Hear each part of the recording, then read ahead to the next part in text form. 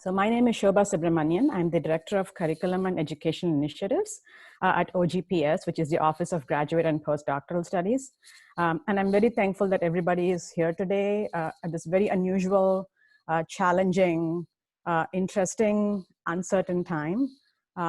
I, for one, can tell you honestly that I have good days and not so good days, days that I feel hopeful, and then days that, I have no idea where things are going. So if you are all feeling the same way, I completely understand. We are living in a very new reality. But I think as scientists, we all can kind of be rooting for science, and science will prevail, and science is what will get us out of this, this mess that we're all in right now. So that being said, we do weekly events as part of the Career Professional Development program at OGPS. And in those series, we bring in one faculty member a month to talk about different aspects of being a faculty member. And one of our most popular series has been when we bring in a rather young faculty member to talk about different aspects of like interviewing for faculty positions, negotiating faculty job offers, chalk talks, and kind of what does the first 2 or 3 years of a faculty life look like, and what are the challenges and rewards. And today we have Dr. Idse Heemskerk from CDB, my home department, who has graciously accepted to give an hour of his time. And interviewing him is Dr. Ari Kozik from Internal Medicine. She's a postdoc. She's also on the leadership of UMPDA. So they will be discussing with each other and with all of us what these challenges and rewards are. So thank you for those of you who submitted questions in advance. So we'll be using some of those questions in the first half of the event, and then the second half will be an opportunity for you to add questions. So what I'm going to do now is I'm going to turn myself off on my video, and you'll see Ari and Idse on full screen, and you'll be able to enjoy this nice discussion. Thank you.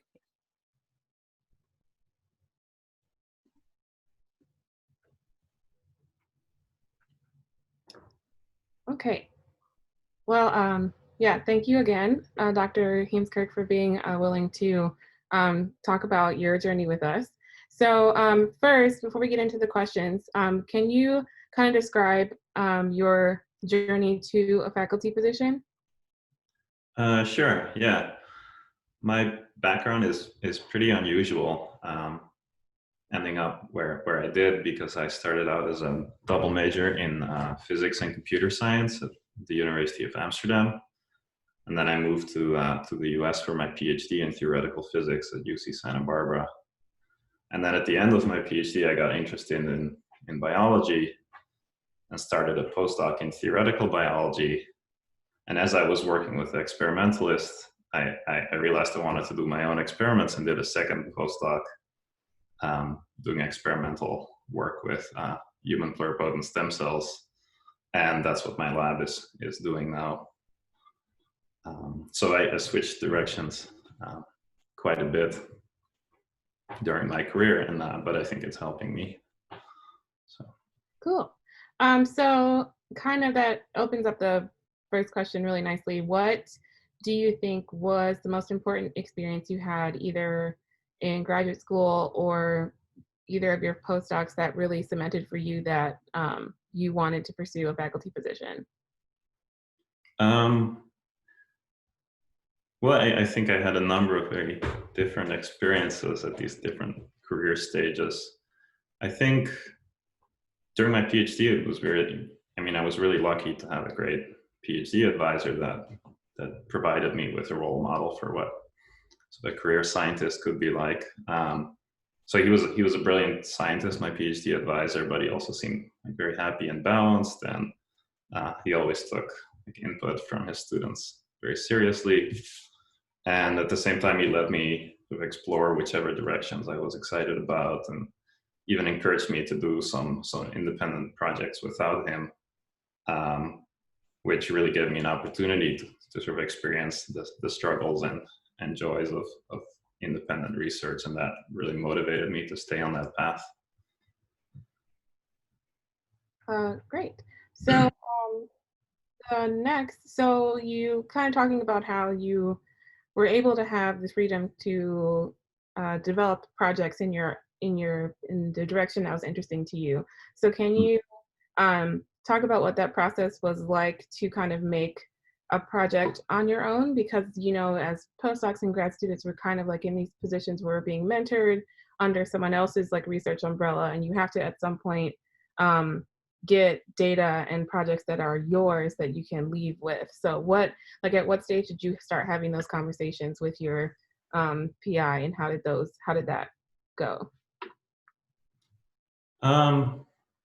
Again, that was different at every stage. It's like during my PhD, I wrote 2 papers without my advisor, and it was more like there were some sort of things that might have been a supplement of a paper, or you know, some things to work out that my advisor thought would be good for me to work out, but really wasn't worth his time. And he was just like, "Why don't you make a little story out of this and write your own paper?" So I sort of got a project handed to me, but it was really good to sort of be encouraged to do that alone.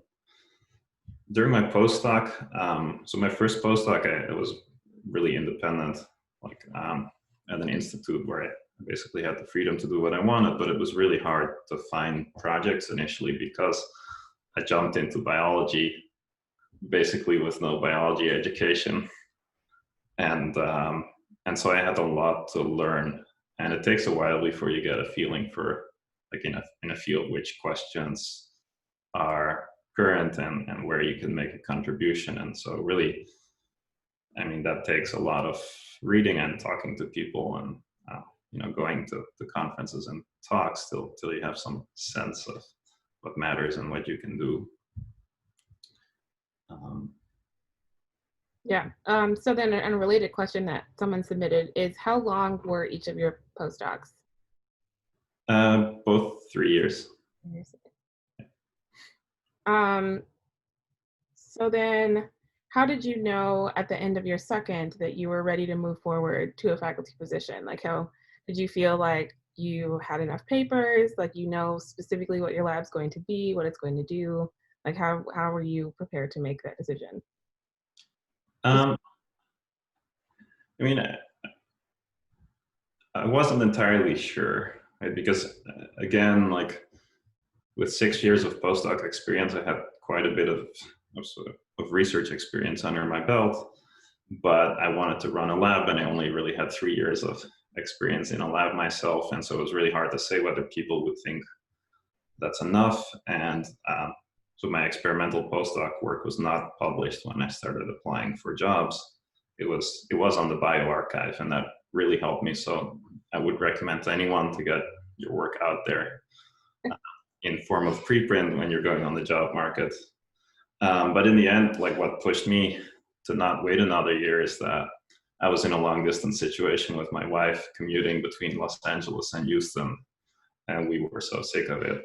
I just wanted to move on. And so I gave it a shot, and obviously it worked out. So. Great.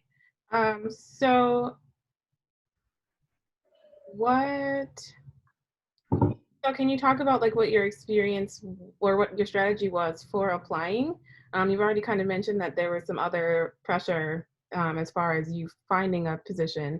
So were you kind of targeting widely? Were you looking at specific areas, or was it kind of just whatever position was remotely relevant, that's what you decided to apply to?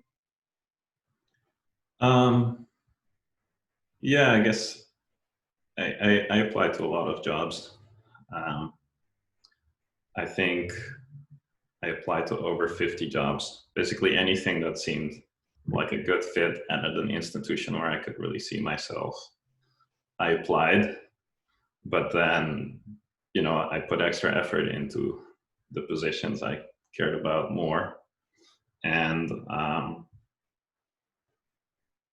you know, there were institutions where in advance I already sort of was hoping to get an interview, and I invited myself like to give like an informal talk a year before or things like that. And I'd say so in terms of leading up to interviews, so putting yourself out there, I think makes a big difference. And I think I could trace about half of my interviews back to like having interactions with people from those institutions that, or those departments within the year before.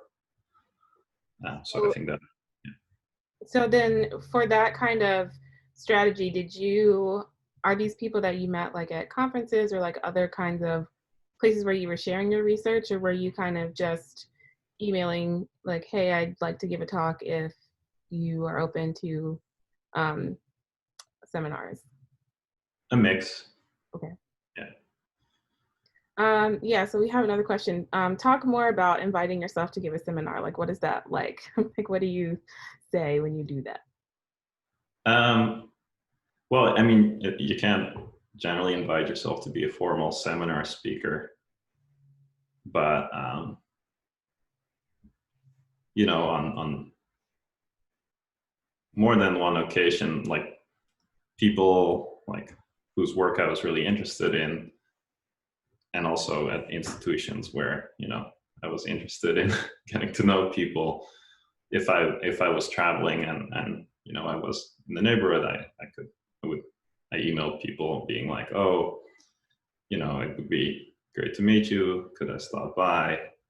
And even if you say that, more often than not, they would say, do you want to give a group meeting talk or something for multiple groups? And Right. So it sounds like you had a pretty active networking strategy then. yeah, I mean, it wasn't like spending. I did that like for a couple places, you know, 3 or 4. It's not like I spent all my time pursuing that because I mean, obviously, there are a lot of things to do, and I was very busy with research as well. But it's not. I think it's not a bad thing to do. It paid off for me. Okay. And then what was for, I guess, for you, like what was the most challenging part of the experience of looking for a faculty position? The most challenging part of looking for it. Right. So what would you say it would be, like the interviews or waiting for interviews, and or if you heard back or if you didn't hear back from others? And the interviews are definitely intense. Um, yeah, it's a lot of stress. You have to be constantly on for like 2 or 3 days at a time. And then if you get a bunch of interviews, sometimes it's 2 back to back and you're flying East Coast to West Coast within 1 week. And like the interview season was like crazy. And Yeah. obviously very stressful because there's so much on the line. Right. Very high stakes situation. Okay. So, well, you made it. Congratulations. So, if did the experience of like joining the university as a new faculty member and starting up your lab, did it like meet your expectations? Like, were there aspects of that transition that went differently as you might have imagined them to before getting here? Yeah, I think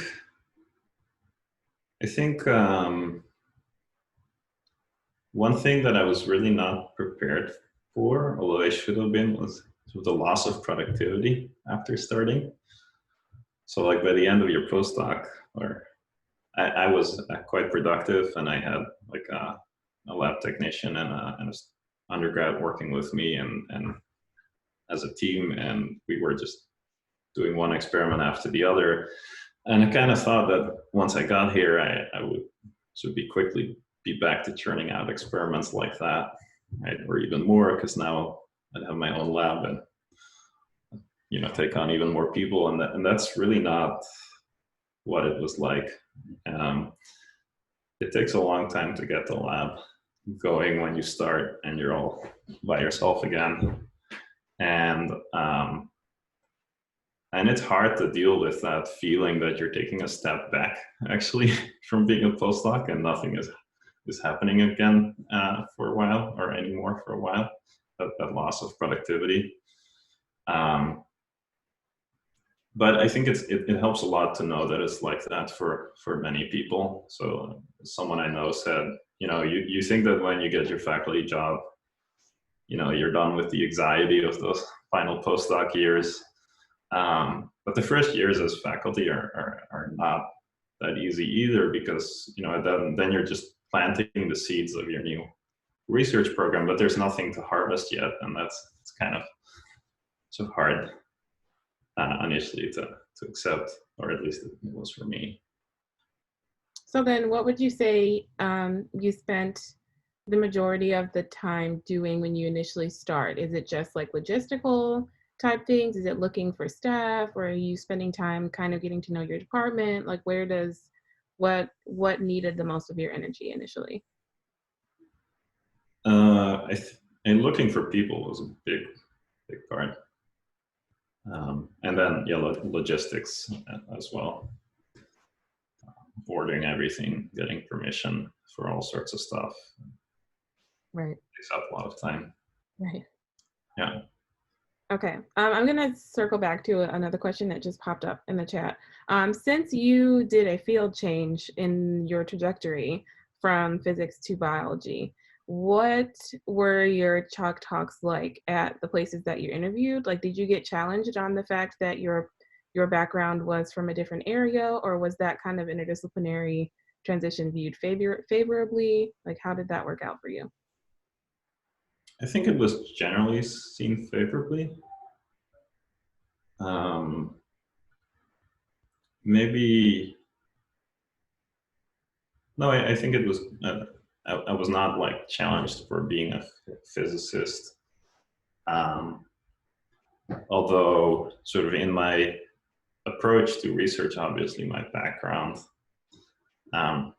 is clear, so I don't do quite the same type of experiments that maybe someone with a pure biology background would, and I got sort of criticisms to that approach sometimes, or that approach was challenged, but I mean that's part of the process, and I'm happy to have discussions about having a different approach. So I mean, in general, I mean, people get challenged during their chalk talks, right? So that's right for that. Okay. And then another question was, when you were negotiating your offer, did you use like some sort of resources to know like what to expect as far as lab funding or startup packages? Did you, like, had you prepared in some way for having those discussions? Mm-hmm. Yeah, so I basically asked everyone I knew that already had a faculty position recently what their startup was like. And well, took that into account. And then, I mean, if you really want to negotiate, it's key to have more than one offer, and then you can right. go back and forth. Right? That's right. Okay.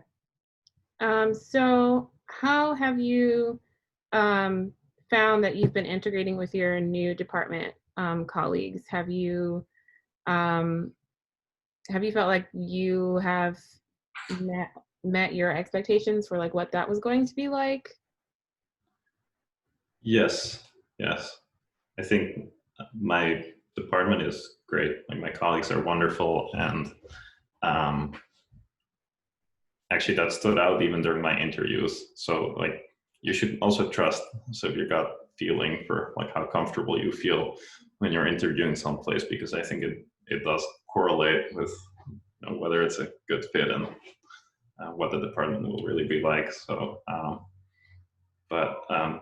yeah, I like my colleagues, and it's been easy to integrate, I think. Good. So then how has, when you, in addition to your startup funding, did you bring like other funding with you? Like was that kind of a focus when you were looking for faculty positions? Did you apply for your own funding now? Are you kind of feeling the pressure to get more funding now that you're here? Okay, that's multiple questions. Yes, it is. So I did get my own funding as a postdoc. Okay. So I got a kind of a transition fellowship from a private foundation, but I guess in structure similar to like the K99, in that you get some money before and some money after transitioning, which gave me some freedom as a postdoc, because I could hire my own lab tech, and that made it easier to keep my experiments going while I was flying to LA, for example. And I think it also made a difference in job applications, because people see that you've already been able to get funding, which is a good predictor for future success. Obviously, then starting my own lab now, there is pressure to get funding for my lab as well. But there's about 3 years worth of startup, so the pressure isn't too bad in the beginning. And, so I have mentors guiding me through the process. So it doesn't feel like disproportionate pressure to get funding. Okay. And you kind of talked about this a little bit, but have you had additional unexpected challenges from transitioning from being the one being more hands-on, like doing the actual research, to the more administrative things that you have to do now to manage your own lab, and developing like larger ideas? Like, has that been challenging? Or if you want to add anything else to what we kind of talked about before, about how that was not what you expected. So yeah, can you clarify the question a little bit? Yeah. So earlier when you were talking about how you weren't expecting to like have a period, like a lag period of adjusting when you first came on, is there anything else about moving from being like more hands-on doing the actual research to the administrative load you have to do on top of the research when you're a PI? Like, is there anything else about that that was different that you would like to comment on?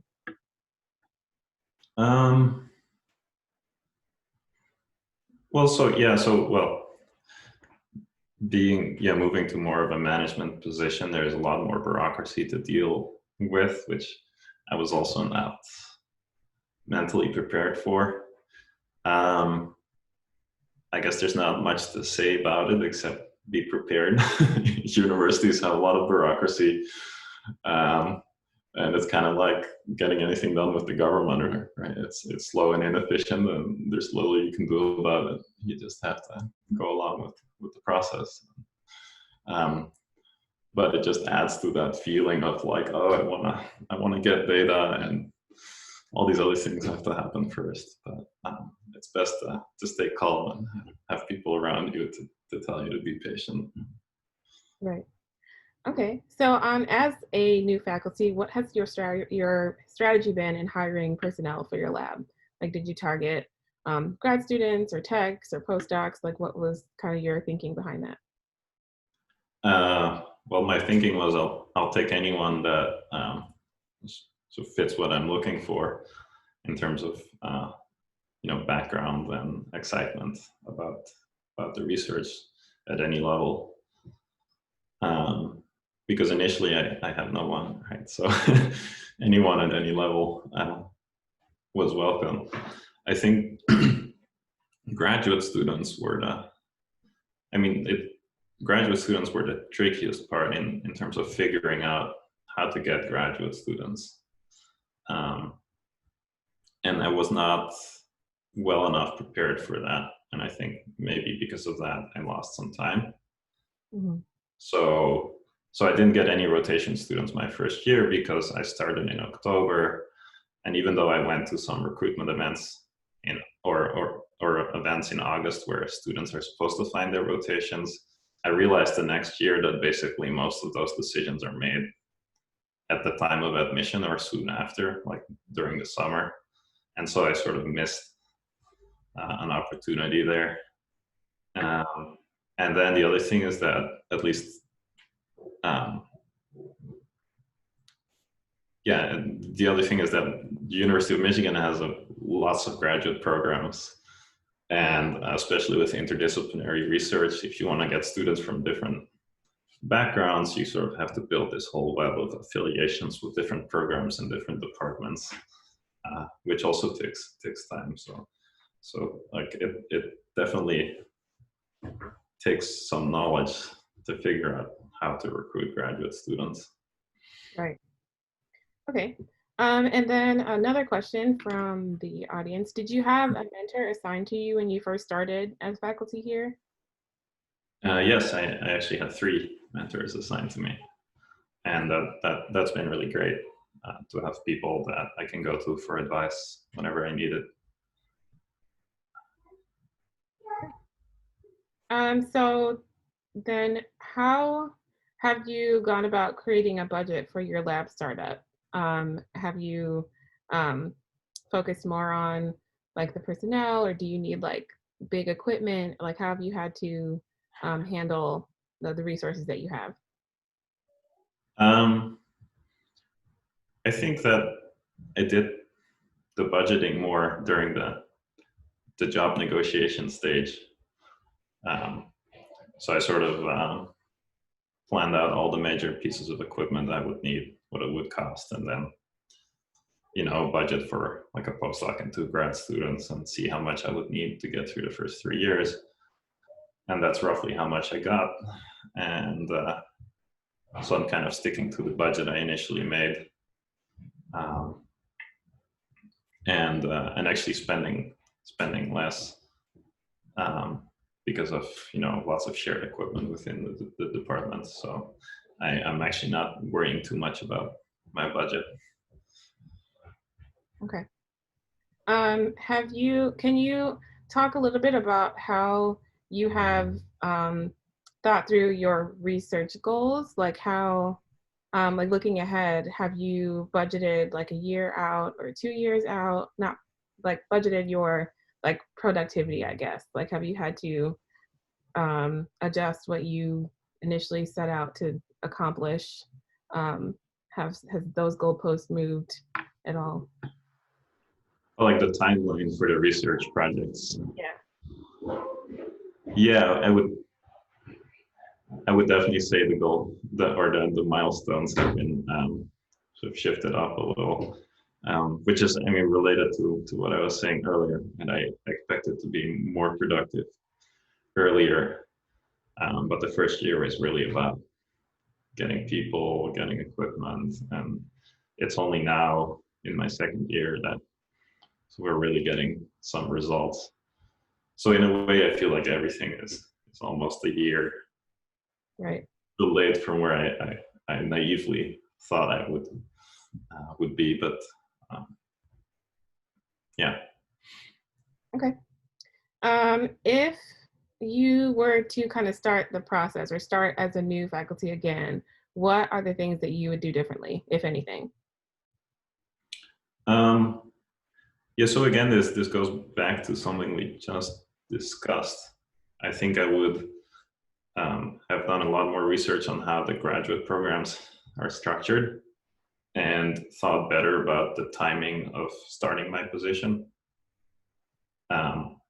I didn't have too much flexibility also because of like my wife's situation and things like that. But if you have the flexibility to choose your start date, I would choose it carefully so you're not starting a month after whatever chance you had to get rotation students, but start at the right time to sort of be in phase with that recruitment. Okay. Yeah. If anyone else has more questions, feel free to put them in the box. I think we've covered a majority of the key questions that we had in several areas. Yeah, so can you talk a little bit more about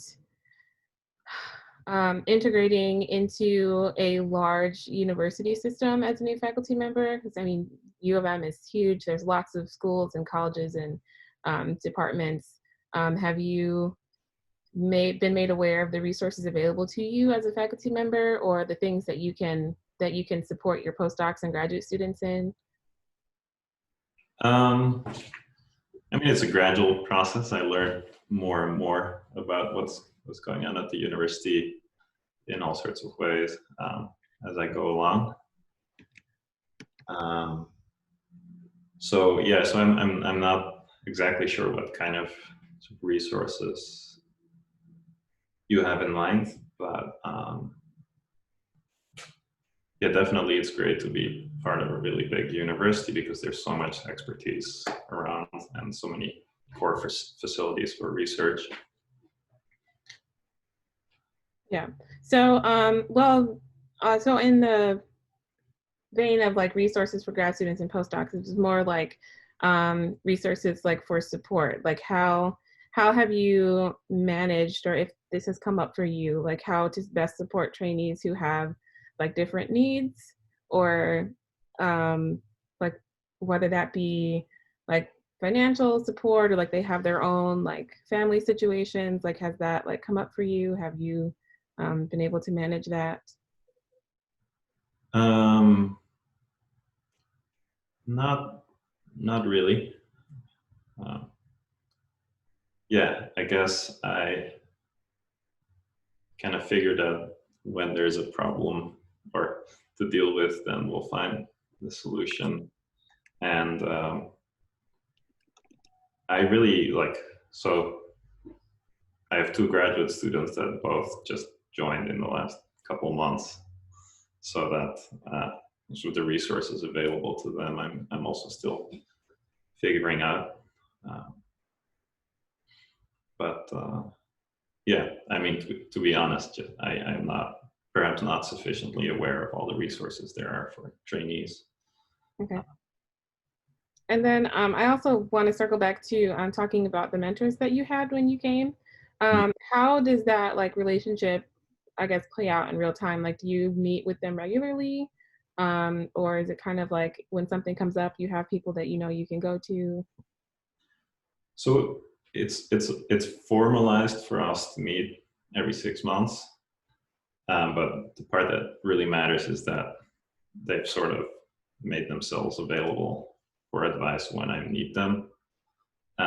So whether that is, you know, how to deal with a situation in the lab in terms of managing people, or getting quick feedback on a last minute draft for a grant application. Um, like I don't have to feel bad for taking their time because they committed to helping me, and that lower threshold and the fact that they actually do sort of prioritize me when I do need help really is very valuable. Yeah, that's really good. Do you have additional support for writing grants as you're trying to get your first big lab funding? So I know there is support from the university and the medical school, like the boot camp for writing R01s, which I decided to postpone. So I've really relied more on looking at examples, successful examples from colleagues, and getting feedback from my senior colleagues on my writing so far. And then how have you faced, or did you face additional challenges when you were in the job market as an international postdoc? Like, did that impact you? No. Well, I can hear that. How has it been like settling into like a new town and new place as a faculty member? Yeah, well, I don't know if that's related to being a faculty member, but you know, every time you move to a new place, it's you have to build up a whole new life. So that takes a lot of energy. And also, what really made things different, and also, yeah, as perhaps worth mentioning, which really was a big factor in my first year here, is that I became a father 3 months into starting my faculty. Oh, congratulations. So, so being a new parent on top of starting the lab, so it was an extra challenge, and so also the life that so I've built up in Ann Arbor is quite different from the life I had before, not just from moving to Ann Arbor. Right. Yeah. So, how have you managed like your work-life balance there? Like, I know from experience, having a new little one it's really hard to kind of manage your like work and then also like other things that are waiting for you, like when you come home? Like, has that been, how has that been for you? Yes, it's a challenge. It's really about sort of readjusting also your expectations for what you can do. Because I mean, people always say, "Oh, you just become better at time management," right? But there are limits to how much you can do with time management. And the reality is that as a postdoc, I could work like 12 hours a day, and now I just can't because I have a little boy to take care of. And I mean, this is especially. I mean, that's a real adjustment. That's a real adjustment being a parent, and well, right now during the the COVID-19 lockdown, I'm experiencing that pretty severely as well because I'm basically spending half of my days um, watching a 15-month-old toddler, and but I think the key is to just be okay with the fact that there are less hours to work. Right. Yeah. Have you used like any resources that you found to be helpful? Like whether that's like, have you talked to other like faculty members who also have families that have managed that? Like, do you have colleagues that are kind of in similar situations? Yeah, I have colleagues that have small children as well. Yeah, it's good to share experiences, just so you're not the only one dealing with these challenges. I think that's the main thing. That's how you feel about it is rather than changing anything sort of practically. Okay. Another question was, did you negotiate or did you consider like your childcare expenses in the new place in your startup? Like when you were trying to sit down and figure out your finances, was that a consideration that you had? Well, that's not really a thing I think you negotiate separately. Well, I mean, I guess that's true. But but considering as like the cost or like knowing how much you would have for like as your salary, and if you move to like a one city versus another, like that, the amount of that would get caught up in childcare could be really different. So, but it sounds like that wasn't something that you had considered. Well, there is a general sort of consideration of what kind of place you end up. And if you end up on the coast, then the cost of living is a lot higher, and the salaries are comparable. So that definitely factors in. So, and in that sense, being in a town like Ann Arbor, it's a great place to start a family. And right, financially, it would have been a lot harder to live with this level of comfort, say in Los Angeles or Boston or something. Right? So I think that definitely factors in. Okay. And then you mentioned earlier that you kind of talked to other folks about budgeting and like negotiating before you accepted an offer. So did you have a peer support group while you were on the market? Like, did you have people that were also going through the same process as you at the same time that you were able to communicate with? Mostly I talked to my friends that were already on the other side, like that got jobs 1 or 2 years before. So I didn't really have a peer support group. So my second postdoc was at Rice University, so it was pretty small. Mm-hmm. So I wasn't aware of other postdocs actually being on the market, on the job market at the same time. But in any case, I think talking to people that already successfully went through the process was what I needed, and that worked out quite well. Right. Okay. And then have you found that since you are here at U of M, like, are there like peer groups for new faculty that you're aware of? Like, you might not participate in them, but like, is there some kind of venue for new faculty to kind of like interface with each other? I'm not aware of that. I would say that, that was new when I started. There is this course in lab management from, I think it's from EMBO, but the University of Michigan brought it here like for the first time in the US. So we got a two-week course in lab management with a group of like 16 young faculty. And we did like things like role play on how to have like a difficult conversation with a lab member and stuff. So that was kind of like a support group of peers. And I think I can still talk to those people about those things. Okay. Having gone through that course together. So doing something like that it was very useful. I would recommend it to other people that have the opportunity. Okay. Are there any areas where you feel like, and I mean, you can speak to at any point in your career up to this point, or any place where you felt like you could have benefited from more support or more mentorship? I don't know. I don't know.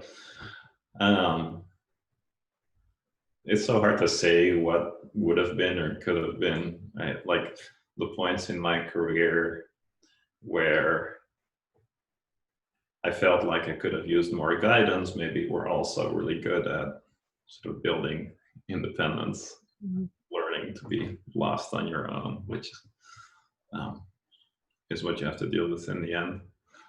Anyway, so it's hard to say, whether I would have turned out better. Anything had been different.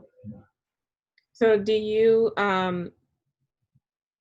do you plan to kind of use a similar approach to the way that you were mentored as you mentor like your students? Like, have you thought about either skills that you had to like learn on your own that you would expect others to do as well? Or is that something that you would walk them through? I think there's definitely the inclination to do that, right? To treat your trainees as if they're you. And I think that's one of the harder things that I'm learning at this career stage, is that my trainees are not me, and everyone's different and is good at different things, and you have to sort of learn to give everyone what they need and not assume that they're like you. Right. Along those lines, how have you kind of gauged the needs of your trainees? Like, is that an explicit conversation that you're having with them from the get-go? And where you kind of tell them what your style is like and how they might interact or not with that style? Yeah, more than anything, I mean, I let them know that, I'm doing my best, and I'm always happy to adjust strategies if they think that's necessary. And so I would encourage them to criticize me and always be honest. And I'm very grateful that some of my lab members actually do that. But it's also sort of a new reality to realize that, like, I'm in a position of authority, and people may not always be comfortable speaking to me directly. But as much as possible, I encourage people to just give me direct feedback so that I can give them what they need. Right. Okay. We have a question from the audience. It says that you mentioned that one of the motivations for timing your search was that you wanted to be back in the same location as your wife. Mm-hmm. So was that kind of like a two-body problem situation? Like, is she also an academic or a scientist, and it was kind of that one of those situations? And did that factor into your negotiations and your job search at all? Yes, very prominently, because So she is not in academia. She is a scientist, and she's working in industry, basically managing a research group in industry. And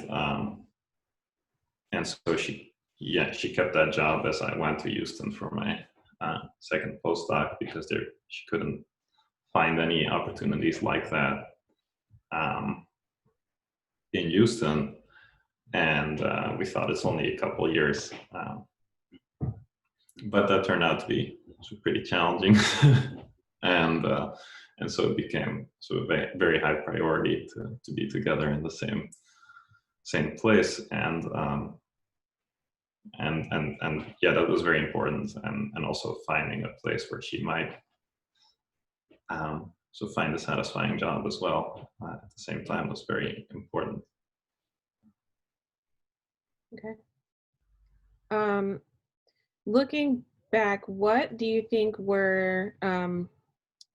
the strengths of your application to Michigan was? Like, did you have things in your record that you thought set you apart from the competition?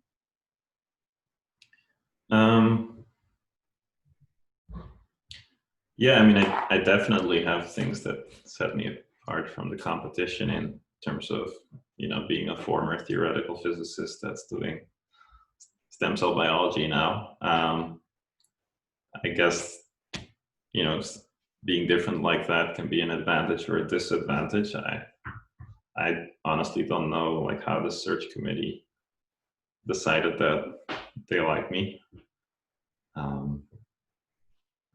So yeah, I can't comment on what made my application here successful, really.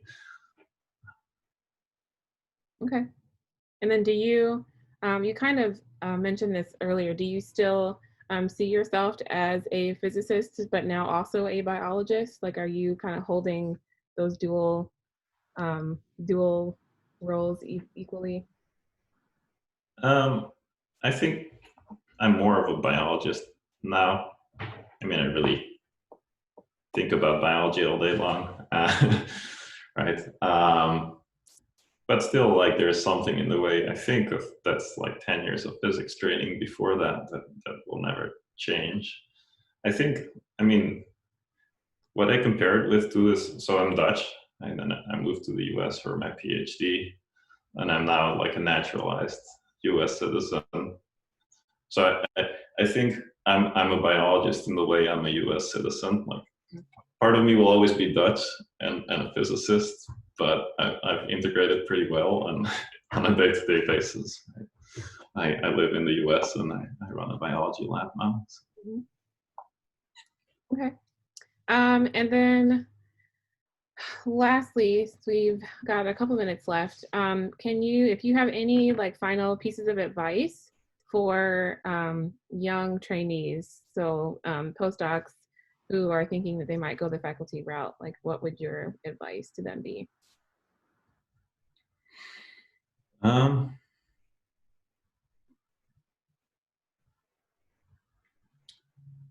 Well, I guess explore many things, keep a broad view, like, on science, and don't be scared, to do something new. I think it makes you better scientists. Okay, great. Well, thank you so much for your time. I certainly learned a lot, and it was great hearing about your experience and your journey as well. I'm gonna send it over to Maggie and Shoba. Hey, thank you, Ari and Idse. This was a great conversation. And I want to tell everybody who logged in, thank you for attending.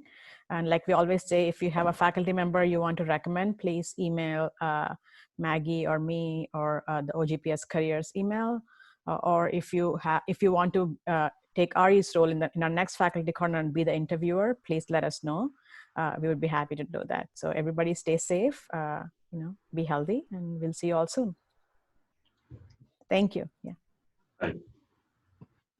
Oh, wait, Maggie just reminded me that we have a survey for our feedback that we do every time. That will come on the chat box, and you'll also get an email about it.